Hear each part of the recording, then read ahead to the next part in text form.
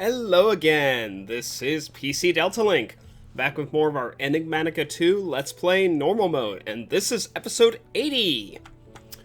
Alright, we're still over here working on Astral Sorcery. It's just getting to be nightfall right now, so it's perfect timing. And I'm surprised Armara's right there. Why isn't the attunement altar lighting up? Maybe... strange. I don't know. Anyway, we have a lot of stuff we're going to try to cover today. So, first off, I had said at the end of last episode that I was going to try to figure out why the colored lenses were not working. Unfortunately, I did not find any conclusive reason. I found one or two forum threads of users also saying that the colored lenses were not properly working for them. Oh, now the attunement altar's working. But they didn't have a solution for how to fix it, unfortunately. One thread suggested that for him at least, he managed to fix it by using a Prism lens, which I'll pull that up real quick, because I tried to make it to see if that would fix it. Prism lenses were back over... not in that tab. Yeah, here it is. Crystal Prism. So here's the recipe for it. 2 resonating gems, 2 stardust, 2 gold, 2 of that engraved infused wood we used before, 4 rune marble, any rock crystal, 2 glass lens, and then 4 panes of glass. And it can be any pattern, that's why it keeps shifting like crazy. But yeah, it's just glass pane, 4 glass panes. So what this thing does, and I'll go ahead and place it down here, is you can take your collector crystal, or starlight source, or whatever, and link to the prism lens like I just did. And you can see it's got a little collector crystal inside there. I don't know if the purity of the crystal used to create it makes a difference or not, but yeah. So what this does is it takes the starlight it receives, and then it will evenly split it between multiple points. So if you select 2 different spots, like I just did, then half will go there, and half will go there. If you select a third block, then it'll split again, and, you know, you'll have a third going to each spot. So it lets you evenly distribute your starlight as needed. Now, something else I learned on the linking tool here, because I knew there had to be a way to do this.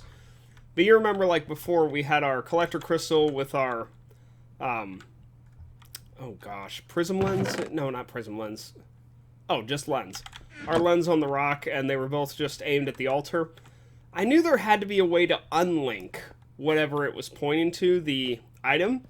And that is, you shift right click, and see it says unlinked all links. And you can do the same thing with this. So if we want this to stop focusing on the crystal, we could do that. Oh, before I do that though.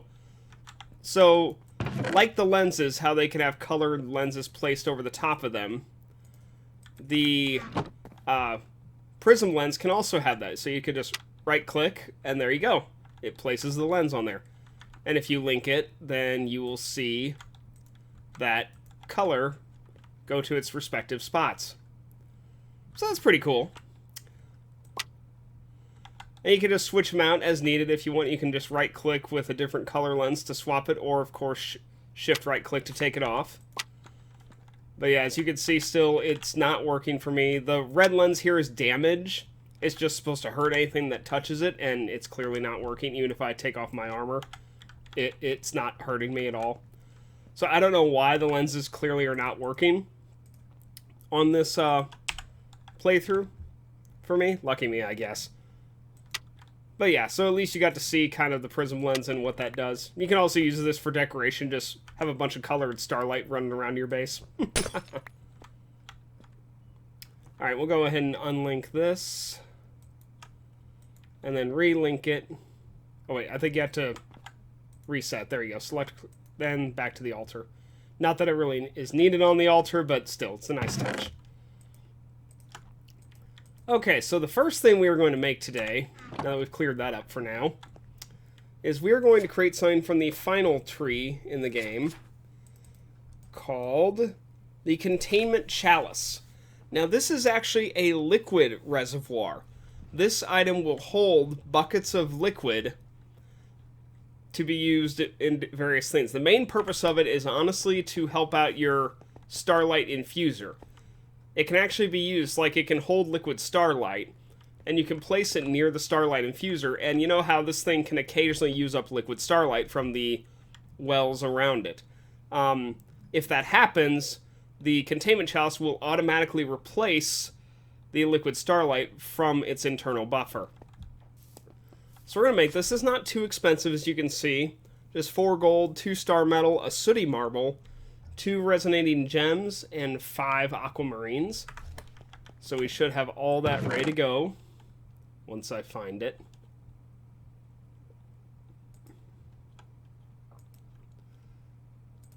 I believe it's this one. Did I say that took star metal? Yeah, it did. So 2 star metal, and then we have a sooty marble. Okay, sooty marble at the bottom. It's kind of a strange recipe.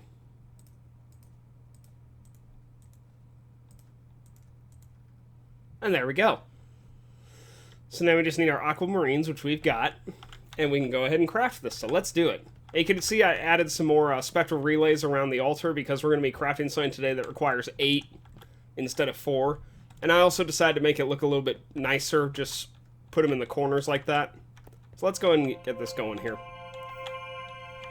And we are just going to kind of stand in a place where we can see all 8 of these at once and add to them appropriately as needed.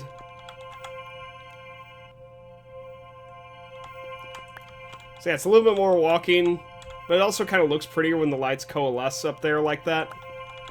Because now they're all coming from different spots, so yeah, it does look very pretty. I think we need one more. No, that's 5. We're good.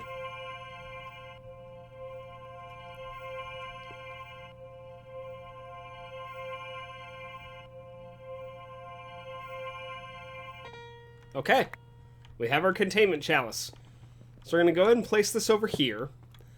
Now, according to the Astral Tome, you can interact with this from the bottom, such as with a piping network. But I believe you can also just take buckets and, yeah, and put them in there, just like I just did. Now, I don't remember how much it can hold. Oh, it's right there on the screen. It can hold 24 buckets worth, so that's actually pretty good.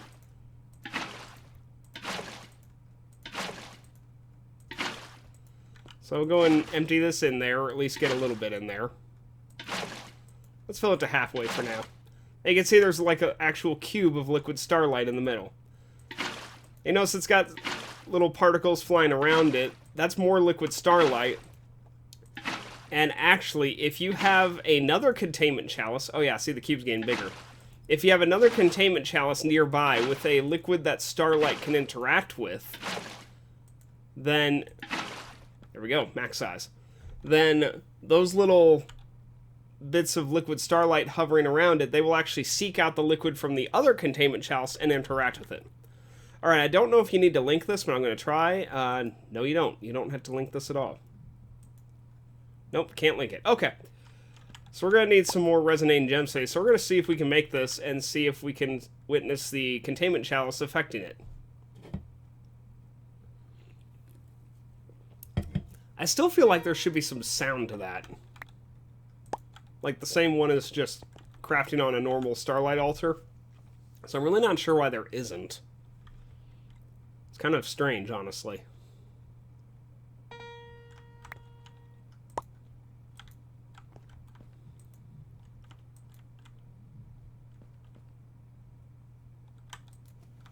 Oh, well, we lost one, but it's not interacting with it like it should. I also currently don't see the one missing. Oh, wait, hang on. It's in the middle over here.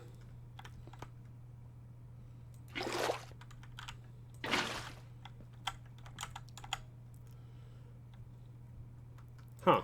Well, I'm not sure why that's not working. I might have to play around with that between episodes to figure that one out.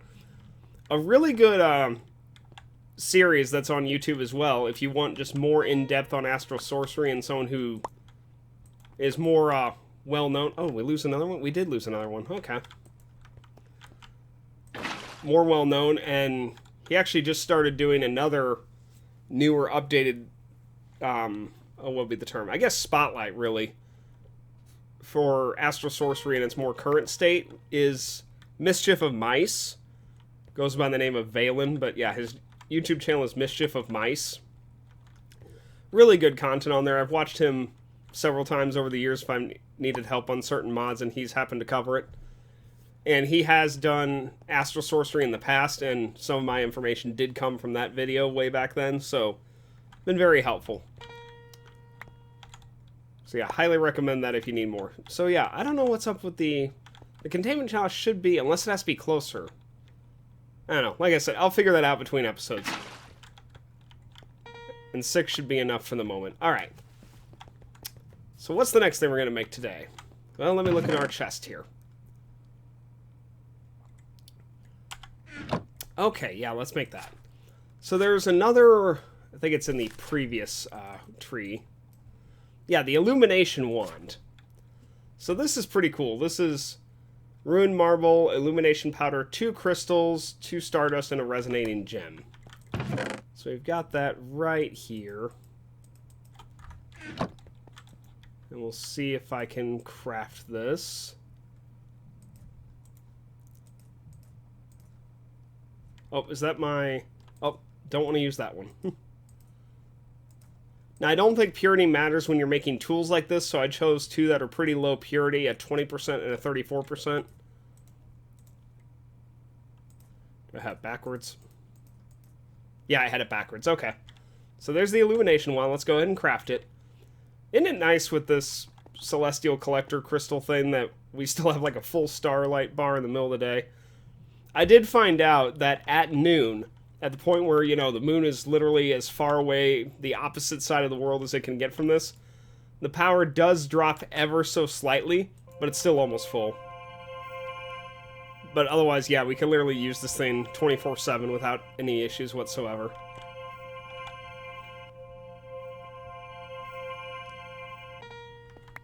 Okay, here's our Illumination Wand. Now, I believe how this works is you could just right-click, and it will place, yeah, Illumination Powder, without using any Illumination Powder, because clearly we don't carry any.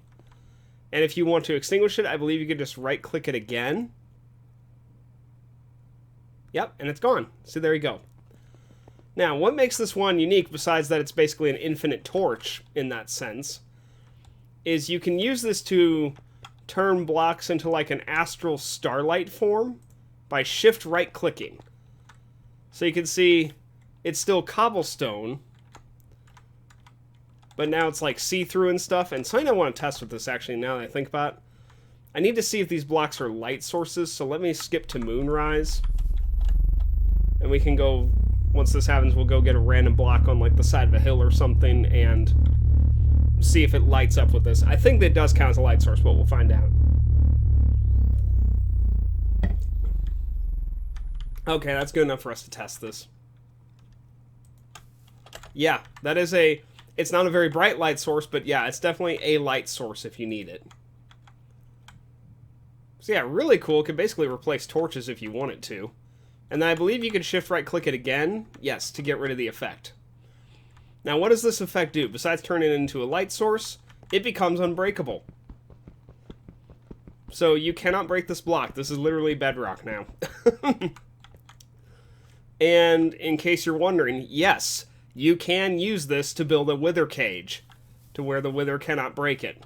Wither cannot break these blocks that are mutated in this fashion. Really good on anything. Let me go and grab some... I need some food real quick. So yeah, that's a really handy wand, and not too difficult to get when you look at the requirements. So you could craft it before now, really. But still, pretty cool. So alright, just wanted to show that one off. Okay, let me see what we're covering next in here. Oh yes, also between episodes, I went ahead and made the rest of the Constellation papers we were missing. We were missing 3. We needed Octans, Butes, and Fornax. And yeah, they weren't too difficult to craft. You can look up the recipes if you need them. But now if we look at our constellations, we do have all of the constellations that are currently in the game. So there's our main ones, of course. And then all the purple ones are the more minor constellations that you don't see as often. So yeah, there's Fornax, Botus, Octans. So, yeah, so to get these minor constellations and to be able to view them, I believe we need a stronger telescope, I think. And there is one more telescope upgrade you can get. And this is the Observatory. Oh, and this requires something. I just realized I can't make this. Oh my gosh. Oh, fail. See, the problem is, do you see the constellation under the middle of the crafting table here? You have to have the iridescent altar attuned to that constellation in order to craft that. So I believe that's Lucerne. Let me take a look. Lucerna. Yeah, that is Lucerna. Alright, well, while it's nighttime and we're up here, I moved our telescope over here onto this little platform. Let me randomly check.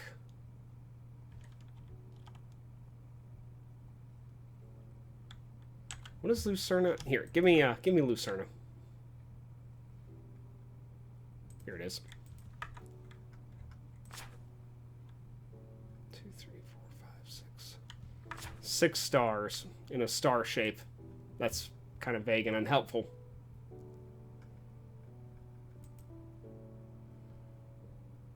Well, that's one right there, but I don't know which one that is.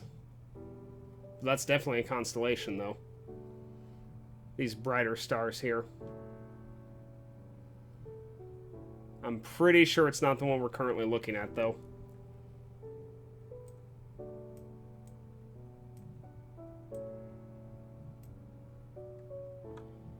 Now, let me... real quick, while we've got this up. Is there any minor ones that are just 5? Not that one, no. See, I thought maybe Altaria, but it doesn't seem to match that one either. Fornax, maybe?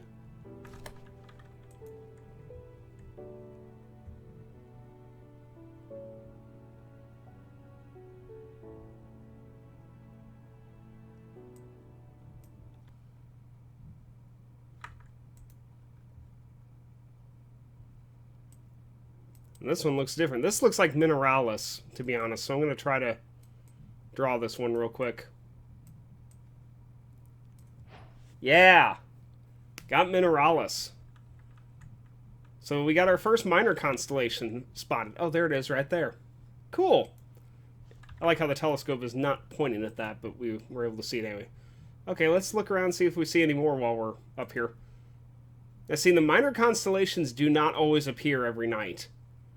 They are, I want to say the word random, but I don't think that's entirely true. I think they're somewhat scheduled, depending on various factors like the phases of the moon and whatnot. Here's an R constellation right here. How many stars? 1, 2, 3, 4, 5.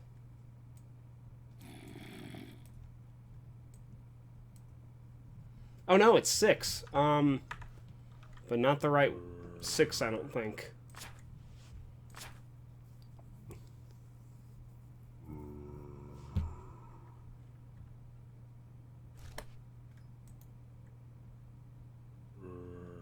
Hmm. 3 toward the bottom, 3 in a small triangle. No, it's not that one. No. No.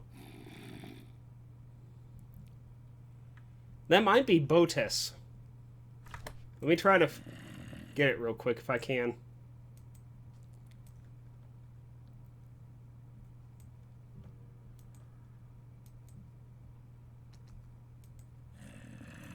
Yeah, it is. We got it. Oh, there it is right there. Cool. I didn't invite you guys. I'm going to have to light up this area so there's less interference from annoyances.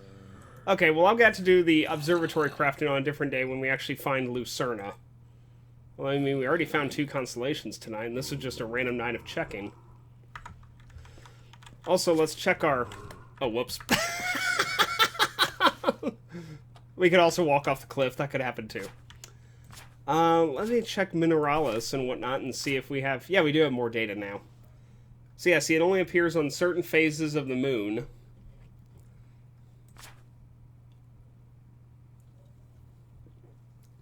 Yeah, refraction table. Oh, you can infuse your mantle with minor constellations. I wondered. Oh, that's kind of cool. Lets you scry. So yeah, some of these minor constellations are really useful. Just very uncommon by comparison. Okay, so with that being done for now, let me put our constellation back in here for the moment. Since we can't do the observatory like I thought we were going to do, my apologies on that. I should have paid more attention to the crafting requirements on that. But since we can't do the observatory, we're going to go for another thing. And real quick before we do that, I did decide what direction we're going to advance our perk tree. We're going to head toward this way for now to get this increased perk experience, which I'm assuming means we gain experience faster on our little Skyrim level up bar. So we're going to take this one first on the way over here for increased effectiveness of perks. And some of these I've been looking at, I don't know what all of these do, but some of these are very cool. Like, for instance, let's see. Yeah, this one, Culling Strike. Enemies hit below 15% of their max life are instantly killed. If that applies to bosses, that's freaking amazing. I don't know what these epiphanies do on the side. It just says other may be unlocked without requiring a connection. But it doesn't tell me what the node does in itself. I'm wondering if the epiphany nodes are this one. Like, how it says we can't grasp the effects of it. And there's a couple of these around the table. But there's some very cool, permanent effects on here that you can get, like, let's see, Rampage. Chance to gain increased speed, attack speed, and damage after killing an enemy. Another one I kind of looked at, let's see, where is... Yeah, hitting mobs has a chance to spawn chain lightning bolts between the hit and nearby monsters. That's really cool, too. This was kind of an interesting one for arrows. You had long shot or blunt shot, where depending on the perk, you choose either longer away you do more range damage, or at closer range you do more ranged damage. This is interesting too, that you actually gain a reach here, 1% or +1 reach. So yeah, there's a lot of good stuff to go through on this table. Alright, we're going to make a... It's in the constellation tree. We are going to make what is called a tree beacon. Now this is a very cool little tree farm that Astral Sorcery offers you, the player. So we're going to need not too much to craft this. Just 4 ruined marble, a bucket of liquid starlight, resonating gem, any sapling, and some leaves. Looks like any leaves, although I don't think I have leaves. Not with me, certainly. So let me... I could check my AE system, but I don't think I have leaves. No, I do not. No. We will need the sapling, so let's grab this oak sapling here. We've already got a bucket. Do we have shears? Do we have shears on our wall? Yes, we do. We have our Elementium shears. And then, let's see here. We need ruined marbles outside. And then we need just a bucket of liquid starlight. So let me grab a bucket of starlight. And we'll grab 4 ruined marble from here. Alright, let's fly up and grab some leaves off a volunteer tree right here.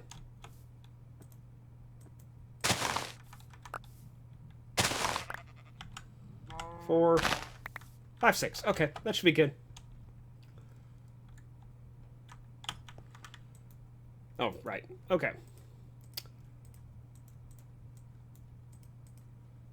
Let's see, resonating gem. It's supposed to be 3. Okay, what am I doing wrong?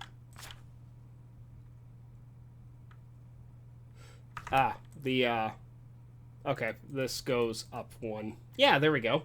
Tree beacon. Let's craft it.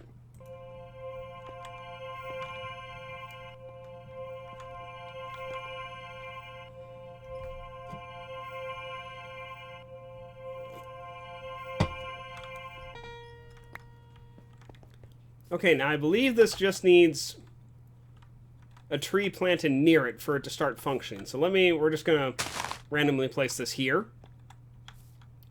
And you see it's got little green effects going on around it. So now we're going to we brought some saplings in our backpack, along with some bone meal to test this. So we're gonna plant a sapling here. We'll go ahead and hit it with some bone meal. And you see it turned into like a spectral form. Now, what's actually happening here is the tree beacon is actually pulling items from the tree. And I believe it can do this with more than one tree, too. So I can't really do much with that like that. Oh, and you see it just spat out a block of wood. So yes, this will periodically spit out resources from the tree without actually consuming the tree. And I believe something you can do to speed this up as well. And I'm going to go ahead and try to place another tree and see what happens.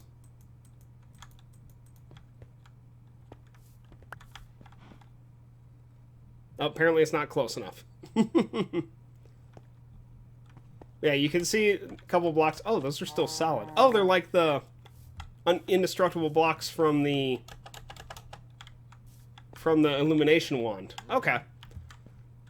But anyway, I believe you could speed this up if you use a collector crystal to link to it. So we're going to place a collector crystal down, just right here. And we're going to link it up and see what happens.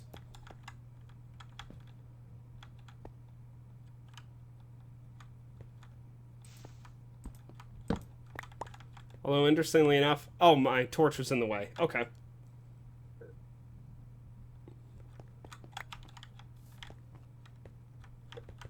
I'm definitely noticing... Already, I am noticing more blocks. I wonder if you could even use multiple collector crystals to speed this up. But yeah, so as you can see, this is a very nice little passive tree farm that you can have. And I'm guessing you can have multiple of these if you really wanted to. And what you could also do, and what I kind of brought over as well, is I brought over a item collector chest, along with some item conduits and whatnot, and you could actually create... I gotta remember which way this has to face. Nope, wrong way.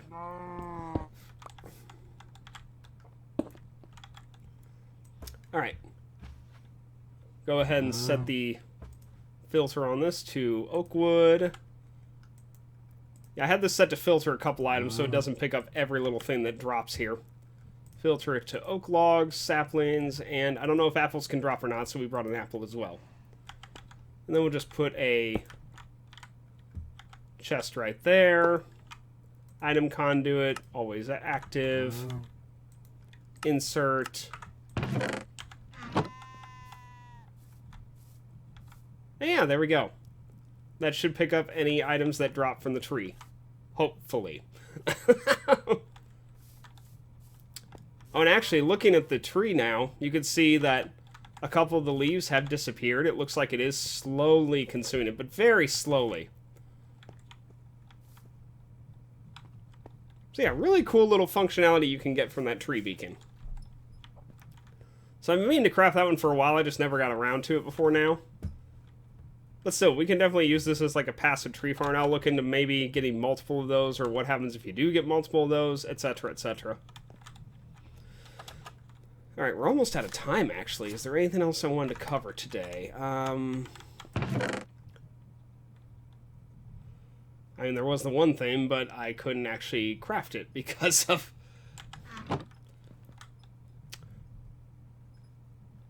Yeah, I mean, we were going to do the observatory, but we kind of lost out on that, so... Yeah, but still. Yeah, I really don't have enough time to do anything else in this episodes without going too far over our time limit, so... Yeah, thank you all very much for watching. I will look into finding Lucerna between episodes and see if I can get a hold of the rest of the minor constellations. I just got to get lucky and find them when they happen to be in the sky. So... Thank you all very much for watching. I hope you all have a great day, and I will see you guys next time.